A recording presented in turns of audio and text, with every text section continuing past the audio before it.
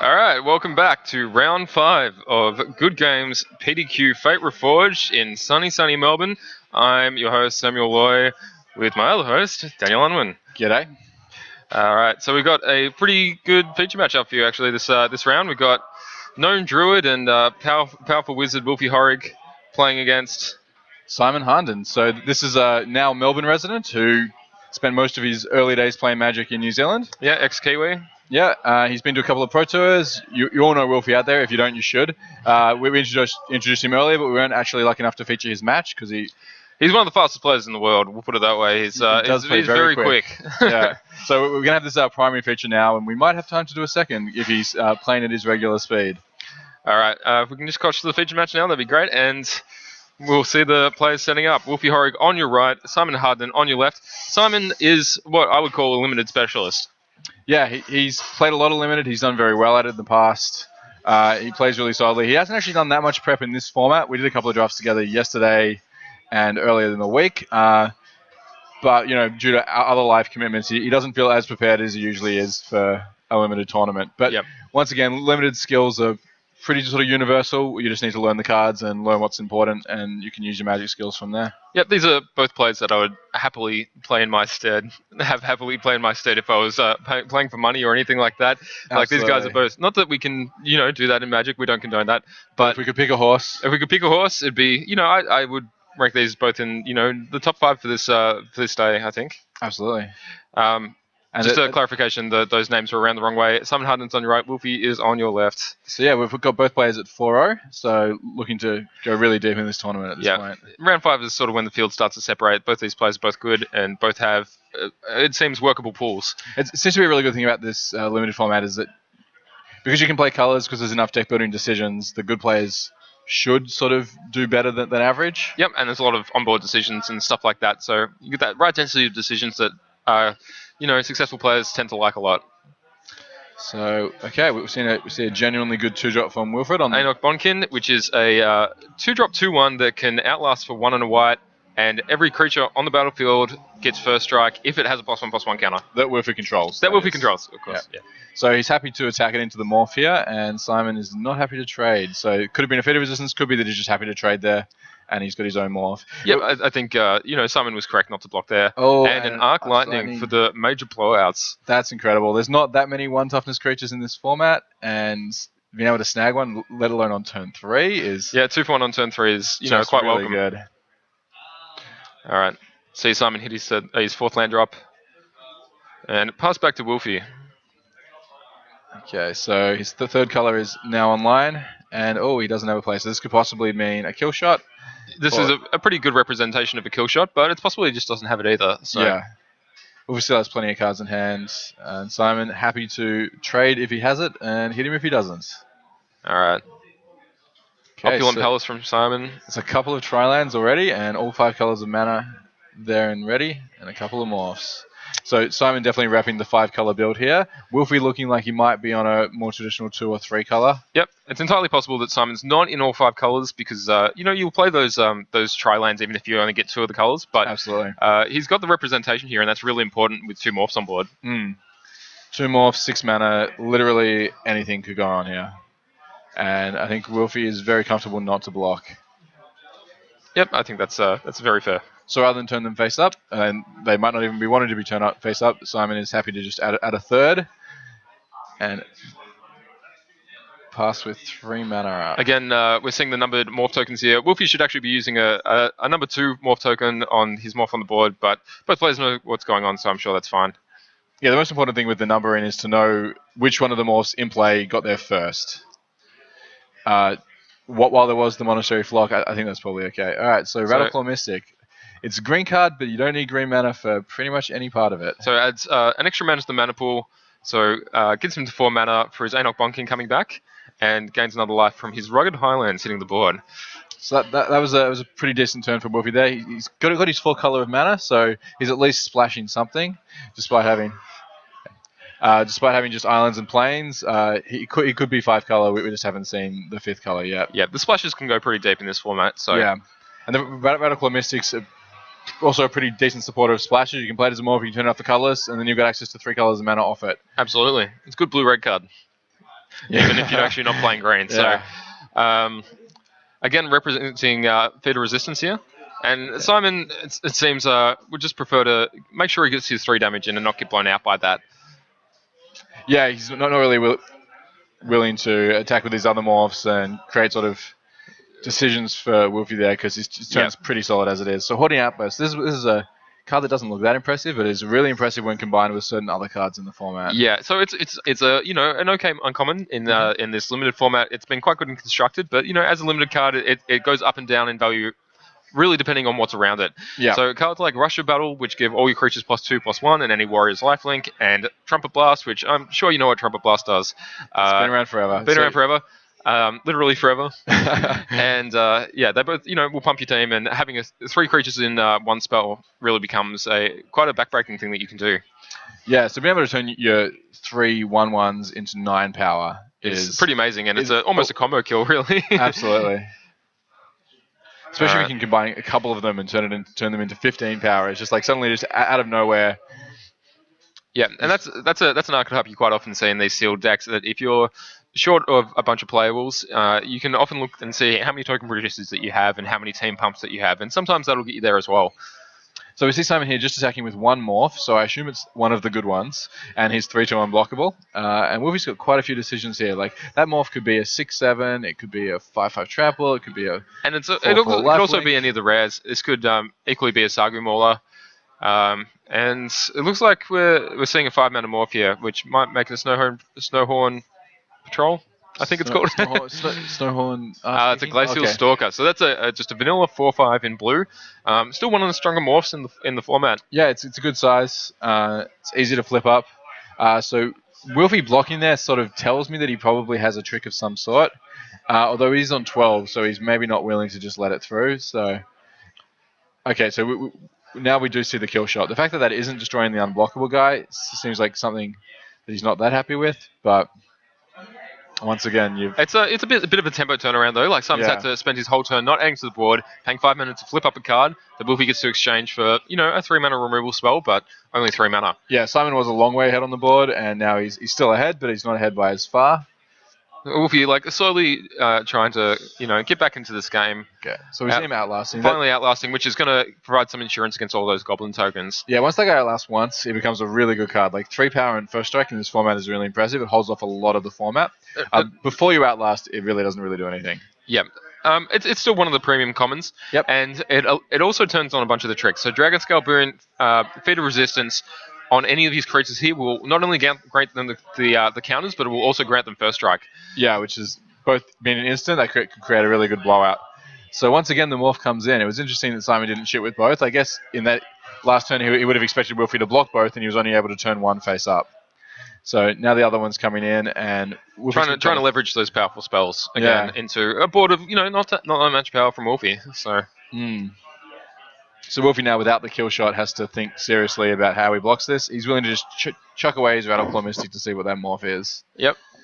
Radical Mystic really not doing anything. Wolfie's got plenty of mana in all these colours, and Radical Mystic's only really trading for a Goblin at best. So being a 2/1's a disadvantage on this board state. And we see the king of the morphs. Woolly Loxodon, a 7-cost 6/7 that has morph and unmorph for 5 and a green.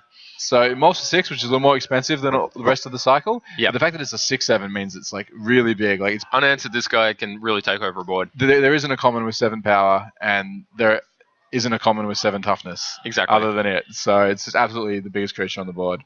And a Force Away. So Wolfie did actually have a second answer. This one's not great because he's down a card, but he's trading 2 mana for 9. Yeah, and I mean that Woolly Loxodon's going to take 2 turns off attacking here. And we're going to see a dig through time from Wolfie E. Horig, Powerful Magician. Premium card here. So being able to cast that bounce spell also turned that on. And Wolfie's going to look for 2 of the best cards from the top 7. Yeah, obviously, I'm sure that everyone's seen dig through time by now, whether it's in constructed or limited. And it's basically one of the highest picks that you can have in blue. It's like Treasure Cruise's big brother. Yeah, and it's really, really good. Yeah, you get 1 less card, but you get 2 great cards rather than 3 random cards. Significantly better in limited than it is in any other format, and it's already better than Treasure Cruise in most of those. So yeah.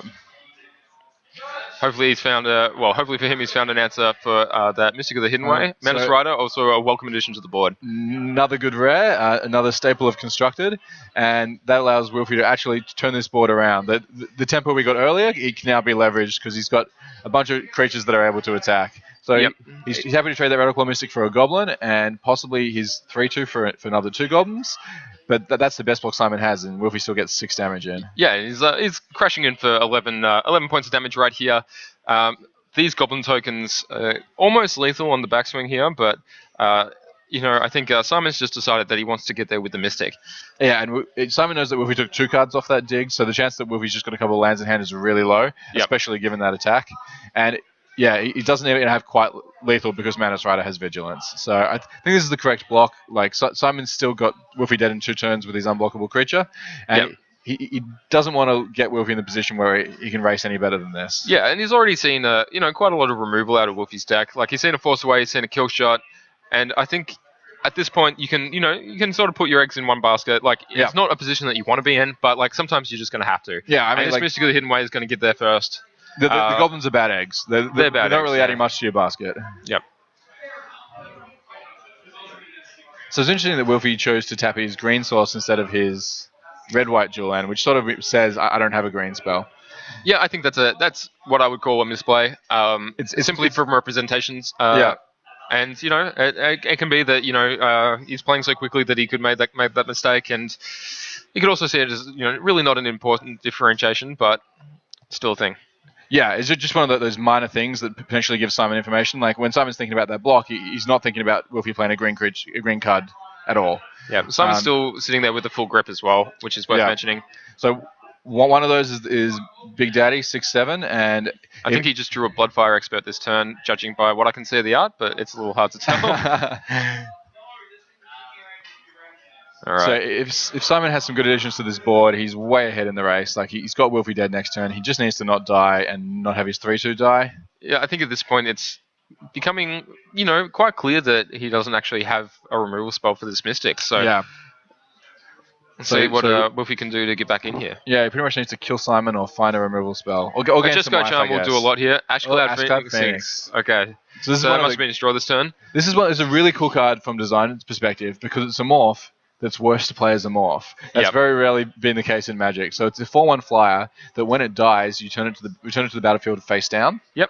And it turns face up for 6 mana, and when it does, each player loses 2 life. So by being able to play it face up, it means that even if it dies, you're going to get it straight back. And then if you have 6 mana, you can turn it over, and you can just sort of, if you have a lot of mana, it can always come back. Yeah, so, doing the whole Phoenix thing, never really dying.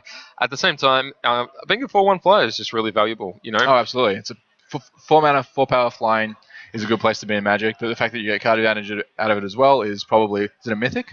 It is a Mythic rare, yeah. Yeah. So Mythic means you're not going to have to play it against it or with it very much in Limited, and that's probably a good thing. Yeah, I've definitely lost to this card. It's a very bad card. Okay. So we have Wolfie in the tank here. We can't really see what is in his hand here, unfortunately, but he's in a very tough position here. He needs to beat 2 things which are very difficult, and it does seem like from his last plays that he doesn't actually have the tools to do it. Like, even if he's found the removal spell for the 3/2 unblockable, that Ashclaw Phoenix puts him in such a bad spot. Like, if he attacks, then it's going to be turned face up and it's going to put him to 1. That was a really good spot for the Ashclaw Phoenix. It took away so many of his outs. Ghost Fireblade from Wolfie E. Horrig. So we've seen that in a previous match do a lot of really good work. In this spot, it's not doing as well. So you can see he's got lethal, but... Turns out Crippling Chill is in Simon Harden's hand, and that's probably going to be the game here. Yeah, Crippling Chill plus a blocker is probably enough. All right, Wolfie's thinking.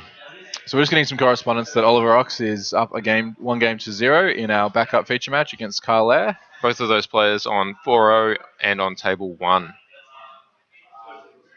Okay, so the Crippling Chill is on the stack. Wilfie is...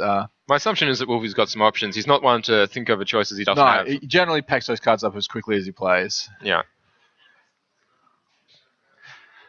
For those who don't know Wolfie, he's a multiple-time Pro Tour competitor, and one of the smartest kids in the room at all stages. Oh, absolutely. He's one of the people who I go to if I'm looking for advice on strategic decisions. On anyone who doesn't know Dan, that's really unusual that he does that at all. So it's true. Not usually one to ask for help, but Wilfie is one of those people I definitely look for. Yeah. And yeah, he's pragmatic. He's deliberate, and he's a science wizard. Yeah, he is indeed. All right. I'm gonna be really interested to see how what's this going may on be here. the longest I've ever seen Wolfie tank on a decision. Yeah.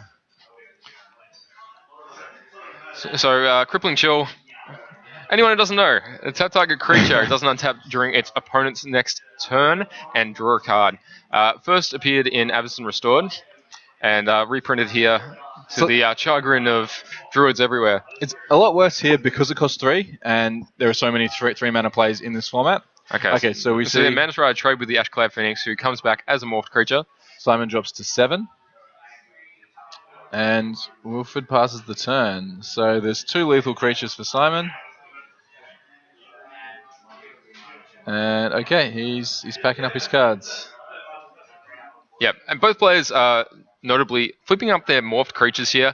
One of the rules about morphs that really doesn't get enough publication is that if you do not flip them up in a competitive event and don't show your opponent that they are in fact morphs, you will lose the game.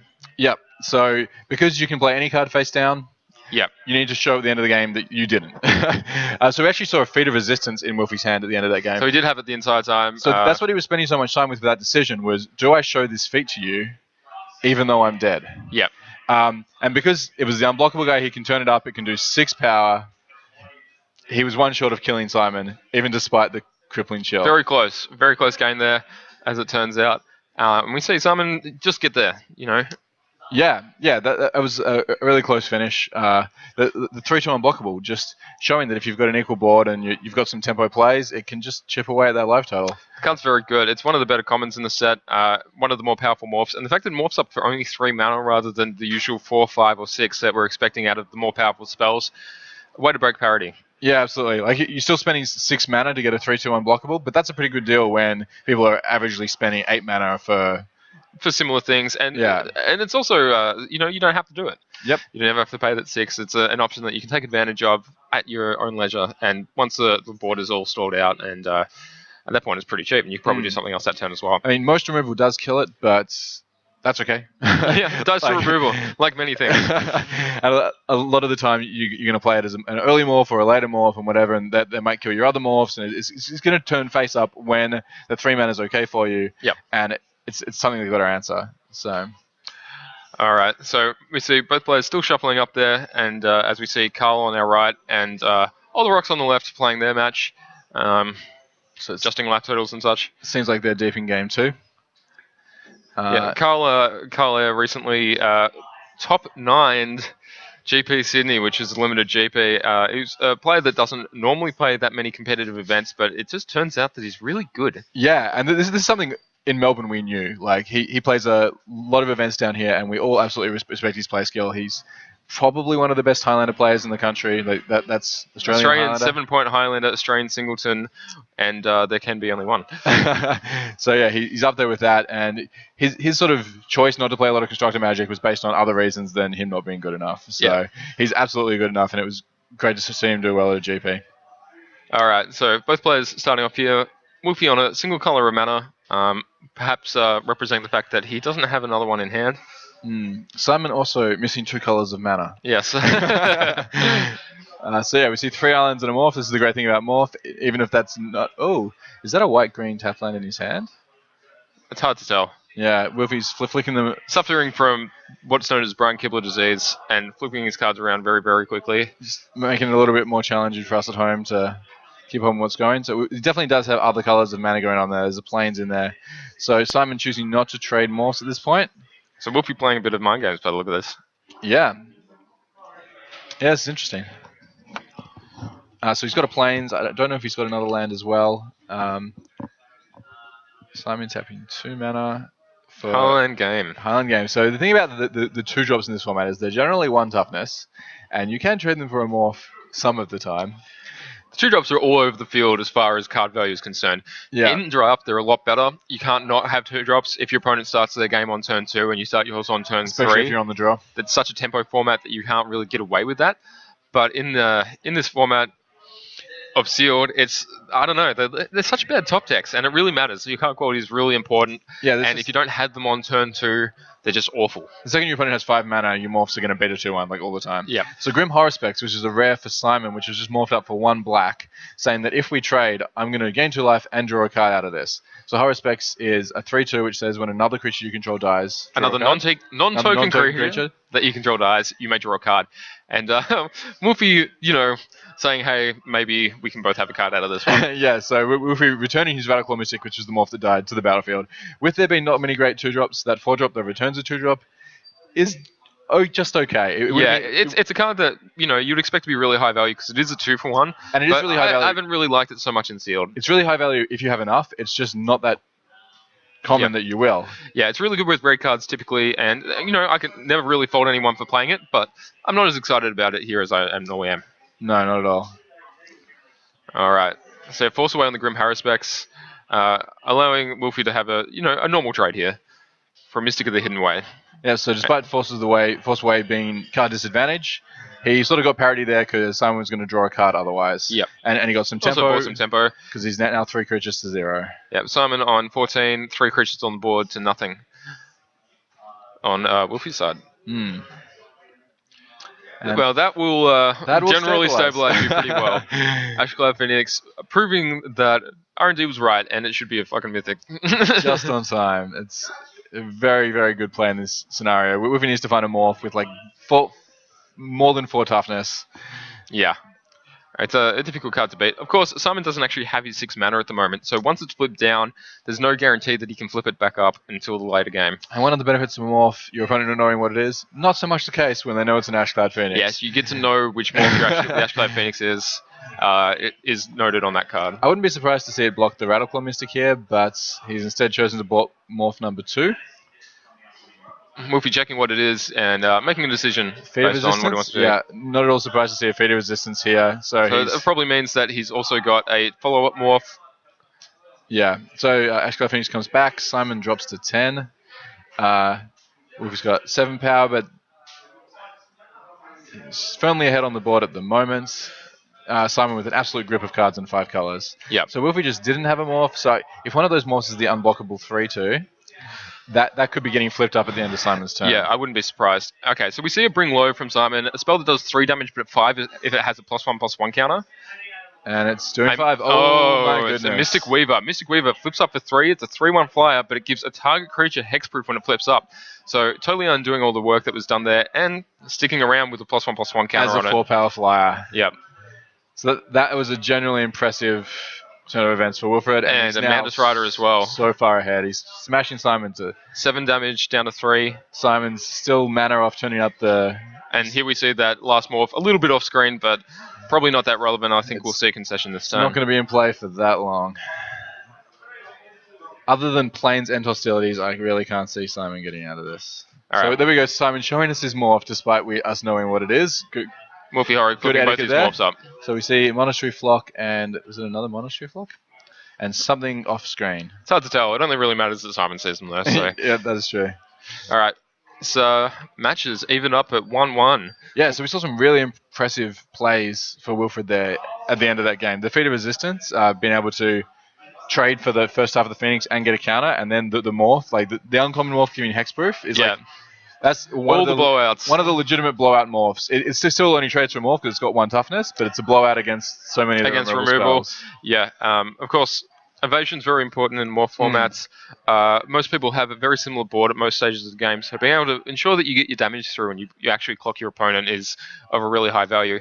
And we see most of the good players playing, between 4 and 5 evasive threats in their decks, despite the fact that they have a lower power and toughness than the rest of the morphs that are available. Evasion's premium, especially when there's so many creatures with large toughness like there is in this format. Like a lot of the common morphs, in single-colored common morphs, have really big asses. Like the green one's got 5 toughness, white's got 6.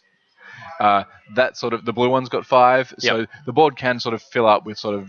And a lot of them also have more toughness than power. So you do end up with a couple of board stalls Not to mention the fact that in a tempo format, you get so blown out for going for things a lot. Yep, that's very true. That, holding up mana is definitely a way to, represent the fact that you could win the game if your opponent makes a mistake at all stages. So, Evasion's king, and we're going to get back to the match in a second. Who do you like going down the line here? I think it's pretty close. Like they both have high card quality. They've both got some good rares. Like I think Wolfie's deck is probably a little bit better. Yep. From the cards we've seen so far, not having to play in as many colours as Simon has so far. Yeah. And what we've seen out of him. And yeah, we've still seen like some great rares and premium commons. Unsurprisingly, once we hit round 5 with 2 undefeated players, they both have good seal decks. Yeah. It's not just playing well, there's a combination of things at this point. So we see here Simon with 4 colours on turn 2. That's sort of what we would expect from his deck. Getting it done, yep. And once again, Anok Bonkin from Wolfie E. Horig. Great 2-drops. Getting out in front of it. This is the power of a 2-drop in this format. Being able to steal the play effectively, because your cards are roughly equivalent to a morph anyway, is very important. So of course he's happy to trade this off. Yeah. He comes out way ahead. And Simon obviously not willing to allow him that trade either. That's the good thing about that, guy, is that you can trade him for a morph on turn 3, and later in the game, a 3/2 first strike is a legitimate creature. Yeah, Outlast being a very powerful mechanic, and something that's done a lot of work as far as my games have been concerned. It's a mechanic that reads really badly. Like the fact that you've got it's to very tap slow. your dude, pay your mana, and at sorcery speed means that you're actually really just like investing resources and slowing yourself down significantly, all for a 1/1 counter. The fact that a lot of them have text associated with that. Okay, so we see a turn 4 Ashcloud Phoenix for Simon. Once more, that guy just being the best creature on the board. And it's a very, very powerful spell, and you know what? It's hard to beat. It really is. So I don't know what Wolfie's going to reply with here, but he has a lot of options. Just because he's got that Bonkin, he can, get a +1/+1 counter on it, give it first strike, that sort of thing. So I see a blade in his hand. A Ghostfire Blade? But that's only turning his morph into a 4/4, and this is Ashcloud Phoenix power just being like high enough. And if Wolfie doesn't offer that trade, then the fact that it's a 4-power flyer means that he's going to race like really well. Of course, that all changes as soon as he has a Feat of Resistance in his hand, and he can give it first strike and protection. So let's trying to look at his frantically flipped cards. Yeah, so he's got the Ghostfire Blade is obviously very powerful, but I don't think he's going to go for it here. Okay, he's going to just go for a Mystic and attack for 3. That's past the Ashcloud Phoenix. Okay, so the other line he could have done there, without the other information we have available, would be to Outlast and equip the blade, and then next turn turn it face up, so that he would have had the blade on his creature. Yeah, he's already flipped up Mystic. Because you get a mana break on that. It costs 1 mana instead of 3 to equip it to a colorless creature. It's interesting, and I'm always on the side of assuming Wolfie did the right thing. I'm pretty sure he thought about that. Yeah. Okay. So we see a 3/3 first strike as the morph. Wolfie's almost like forced into a block there based on tempo. Yeah, and I wouldn't be surprised to see the 3/2 that brings that Bonkin back here either. Yeah, he's definitely got it in hand. So that. That would add to the value of doing that block there. Yeah, so we've seen in a couple of games Wolfie getting reasonable advantage out of his 2-drops, but by being happy to trade them for some time. Yep. And then just bring him back. So he's not really down a card. Although both Simon's creatures are very able to attack here, which is a really bad spot. Both very powerful, yeah.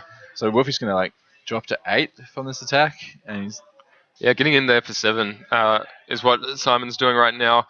Of course, he's representing a bunch of protection and other spells with 5 mana up and a bunch of colors. So yeah, it's a very hard block for anyone to make here. I mean, it's not a good block. It's going to have first strike, right? Yeah. So yeah, there's not a whole lot Wolfie can do on that board other than get hit. I imagine that Wolfie's thinking about racing here. It seems to be a hard board to interact with, and it's hard for him to make blocks. So he needs to find a way that he can actually beat what's on board.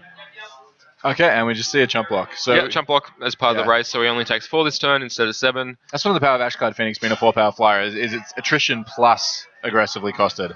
Avalanche Tusker comes down from Simon Hardman. So it's a premium spell in this format. It is a 5 cost, including 1 of each team or color. For I believe it's a 4/4 deck. 6/4. 6/4 that you can force your opponent to block with any creatures that you want. Yeah, when it attacks, target creature must block this turn if able. So it can eat smaller creatures, or it can get the rest of your team through. Of course, Simon's also representing lethal on board here. So simply racing may not be in Wolfie's wheelhouse right now. Yeah, I think I see a kill shot in his hand. So, I mean, even with a kill shot, he's just in such a bad spot. Yeah, it's not looking very good here. Missing land drops for consecutive turns really means that he's going to struggle to cast 2 spells in a turn, which is what he needs to do to get back into this game. Yeah. While it's not necessarily the 5th land that was pivotal, having lands is pivotal in this spot. So he does have a 5th land in hand, but he really needs 6 mana to, say, equip the blade and then attack. Yeah, Feeder Resistance could do some work here. If he has a Feeder Resistance plus this land drop, it may mean that he gets to, swing him for 5 and not be dead. But he'll need a follow-up play to that in order to actually win this race in the long term. Yeah. Okay, so we see 3 mana is the equip, turning that into a 5/4, and we do see attack. So this is okay. So this could drop Simon to 6, and then if he has a 2 mana, I imagine he's representing a bounce spell here to return the Tusker to hand. And so Simon is in the tank. He can block and trade, but the bounce spell's still going to be pretty good because it's still going to buy a bunch of tempo for his 3/2 to get there. Absolutely. So he's representing 8 damage here, which would turn this into a 2-turn clock with the trick. I think I like this attack whether or not he has the bounce spell because he's representing so much that he has it. Like he's almost saying, I have it. That Simon's got to seriously consider what the best play is, whether or not he has it. So if Wolfie's hand is a bounce spell plus a feat of resistance, he can almost assure that he wins this race. Yeah. And whether or not he has it or not, Simon's seen them in the first 2 games. Yeah. And he knows he has to play around those spells. So we might see a position where he has to block with the Tusker either way. Or just call his bluff. Okay, he appears to have called the bluff. He took the 5. And Wilfred's now going to look at his hand and I assume pass the turn. He might bounce during his own turn here due to the fact that, he might as well play around a protection spell. Yeah. But we'll see what happens.